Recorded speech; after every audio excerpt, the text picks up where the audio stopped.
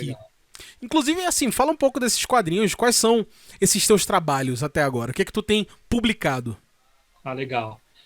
Eu comecei fazendo quadrinhos na escola, assim, no ensino médio, nos anos 90. Antes do ensino médio Ah, eu já fazia, né? caraca. E eu desenhava muito o Necromorphos, inclusive tinha um gibi nessa época. Ah, então peraí. O Necromorphos, ele não é recente, como parece ser. Não, não, o Necromorphos Ah. ele era totalmente baseado nos gibis da época, como Spawn, os gibis da Image, Sim, que assim. sim. E inclusive o Necromorphos ele era um vilão da história, ele não era o herói entre aspas, né? Caraca. Eu até tenho, depois eu posso até mostrar os desenhos originais assim da época que ele Pô, era assim. quero ver. Eu acho que tá fácil de pegar, que eu vi eles esses dias. Aham.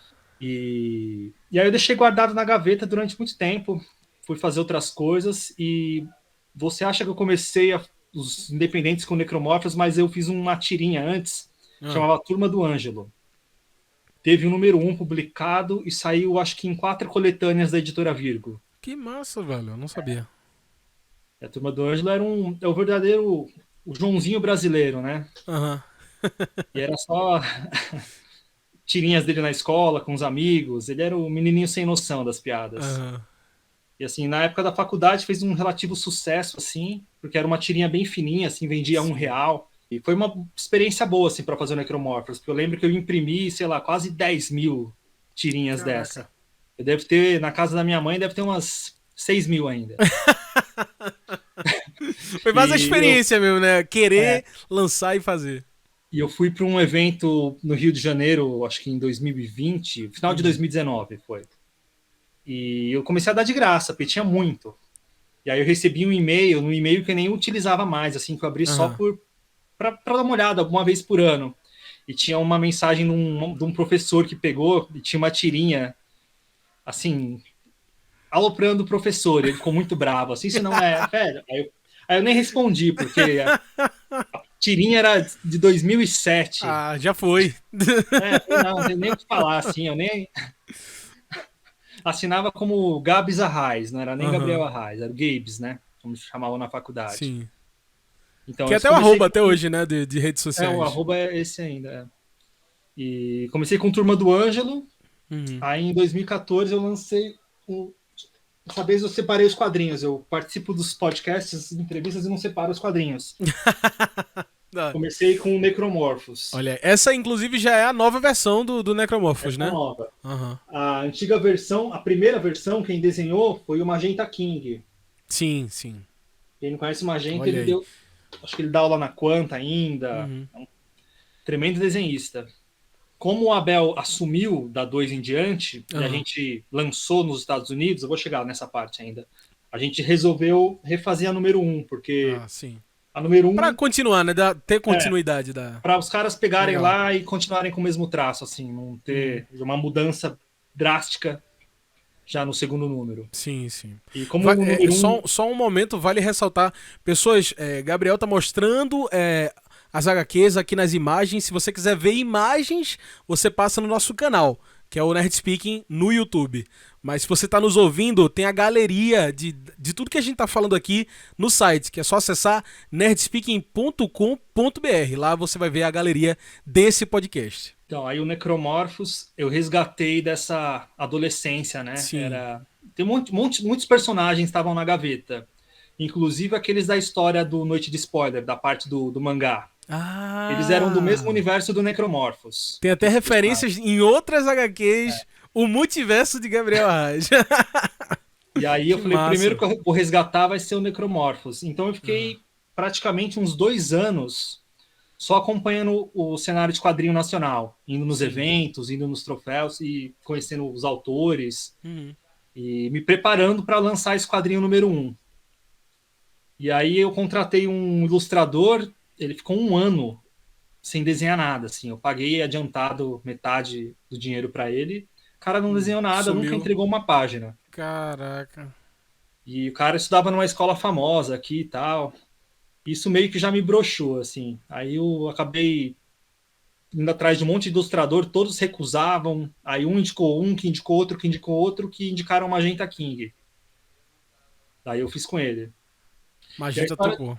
A história do Necromorphos, desse menino aqui, Uhum. é mais ou menos assim, para quem ainda não conhece. Ele é um adolescente de 16 anos que ele tem um dom que é ao mesmo tempo uma maldição. Ele pode se transformar em qualquer pessoa ou animal que morreu apenas tocando em algum resto mortal. Por exemplo, se ele toca num Um osso, cabelo, num uma fio de unha. cabelo, numa unha, ele se transforma naquela pessoa ou animal e também tem as memórias dela. Uhum. Só que em contrapartida, ele só sente prazer, prazer sexual, emoções, qualquer tipo de sentimento, quando ele é outra pessoa e não ele. E para piorar, ele ficou preso no corpo dele, de 16 anos, sem poder envelhecer. E na edição número 1, a gente descobre que tem uma seita perseguindo ele. Não sei se dá para reconhecer bem, olhar aqui a fisionomia desse personagem. Aham. Ele parece muito com um ator de Hollywood. E essa seita, chamada aqui no gibi de Unologia, que está perseguindo o Necromorphos. Eles conhecem o poder dele. E cada edição é uma história autocontida, né? Mas se você ler na sequência, Ele tem elas a mostram uma continuação do. humanidade. Isso. Você pode até ler, às vezes, talvez, tem gente que não conseguiu a 1, comprou a 2, depois a 3, Sim. a 4, não leu na ordem certa e não faz muita diferença. Você vai entendendo a história enquanto ela vai. Cara, eu lembro que, pô, velho, quando eu peguei a Necromorphos 1, que foi essa que eu peguei no evento, eu, inclusive, demorei muito pra ler. Eu comprei um monte de coisa na CCXP e. Ah, pronto. Vou deixar ali e vou lendo. E um dia eu, voltando de ônibus, eu peguei a Necromorphos, né? Vamos ler. Cara, foi sensacional. Caraca, nunca tinha visto uma parada tão sombria num HQ, assim, nacional. E chega.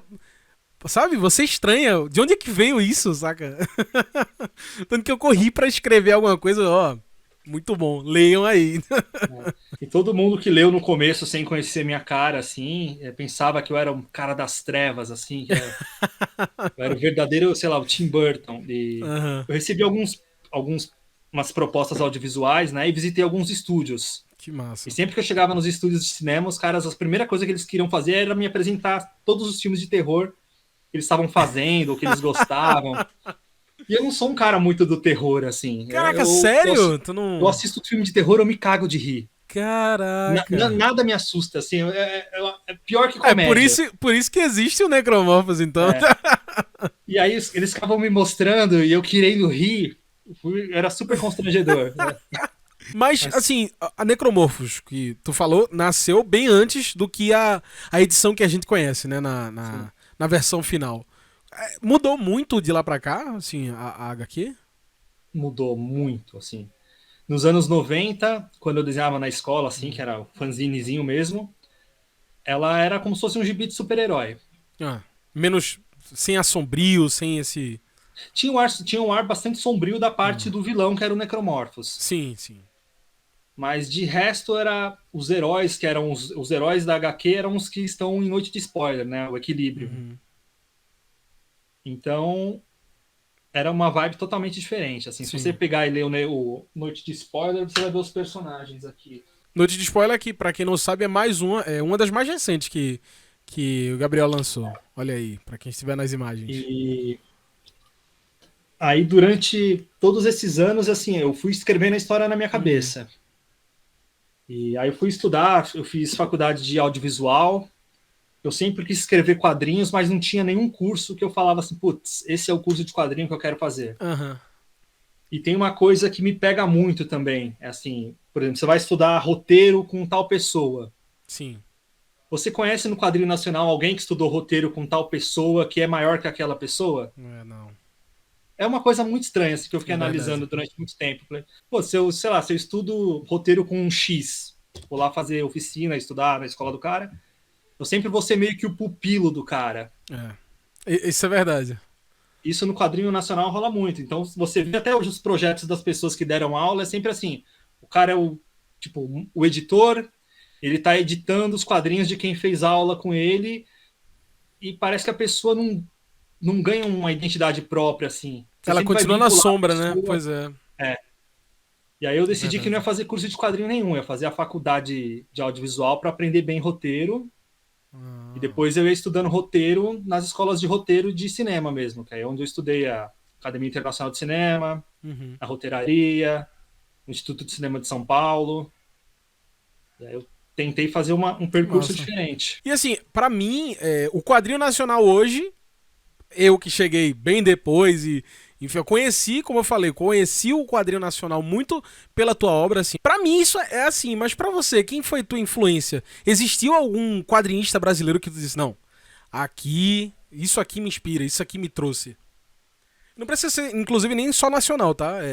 Quem Sim. fez você ser o quadrinista que você se tornou hoje? Ah, legal.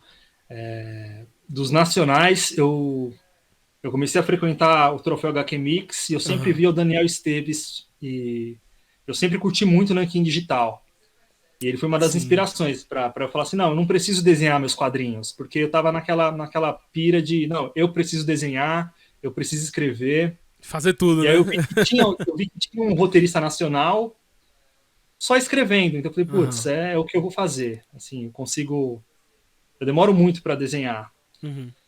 Então, se eu contratar alguns ilustradores, eu acho que eu consigo lançar mais coisas. E Daniel Esteves, para mim, foi uma grande inspiração. Eu acompanhava o Nankin Digital e, antes disso, meu quadrinho preferido era Estranhos no Paraíso. Hum, Quando eu vi um quadrinho nacional, que era o Nankin Descartável, naquela pegada, assim, me animou muito. Assim. Eu até que comecei a fazer massa. uma história tal, mas nunca consegui terminar na mesma vibe, assim. E o Daniel me inspirou muito, o Danilo Beirute também, com o Necronauta. Nossa, E Necronauta sensacional, velho. Inclusive, quando eu conheci o Necromancer, será que tem alguma ligação? é, depois eu descobri que tinha uns personagens em Dead Space que eram os Necromorphs. Sim. E aí, putz, ainda bem que eu tenho, assim, não sei se tem tirar aquela prova de carbono 14 dos papéis para provar que eu. E os amigos de escola também, né, que Aham. liam na época, né? Vocês lembram, né? Tem as Mas provas. eu fiquei todos esses anos pensando, nossa, é um nome muito óbvio, como que ninguém nunca fez, né? Sim. Ah, mas Mas o Necromorphs e Necronauta foi uma Necro... inspiração também por causa Massa. do nome parecido e tal. Uhum. E o Rafael Fernandes também, quando eu comprei o Ditadura no Ar, que eu conheci o trabalho do Abel. Sim. Então, assim, eu sou muito grato ao Rafael Fernandes por ter feito o Ditadura no Ar, que eu lembro que eu peguei, assim, um gibi, e o traço do Abel é totalmente diferente do que é hoje, né? Aham. Ele, na época, apareceu um Mike Mignola, eu amo Mignola, assim, eu peguei e falei, nossa, isso é muito bom, tal. E aí, falei, putz, eu não entrei em contato porque eu achei, putz, esses caras já são. Já tá estourado já, já. Eles não vão nem querer, o cara não vai nem querer desenhar meu quadrinho, tal, não vou nem Aham. entrar em contato, assim. Eu achei que os caras estavam, assim, num patamar muito mais alto que o meu, Aham. assim. Na verdade, não estava em patamar nenhum, tinha feito Turma do Ângelo ali, participado de umas coletâneazinhas, assim, mas a editora por onde eu lancei é uma editora pequena, Aham. essa editora Virgo. Não sei nem se eles estão lançando alguma coisa hoje. E ela é de um professor que me deu aula em duas faculdades, né? O do Mário Mastrotti, que é um cartunista aqui do ABC, assim, o cara ilustra desde os anos 70. Trabalhou em vários jornais, um guerreiro dos quadrinhos.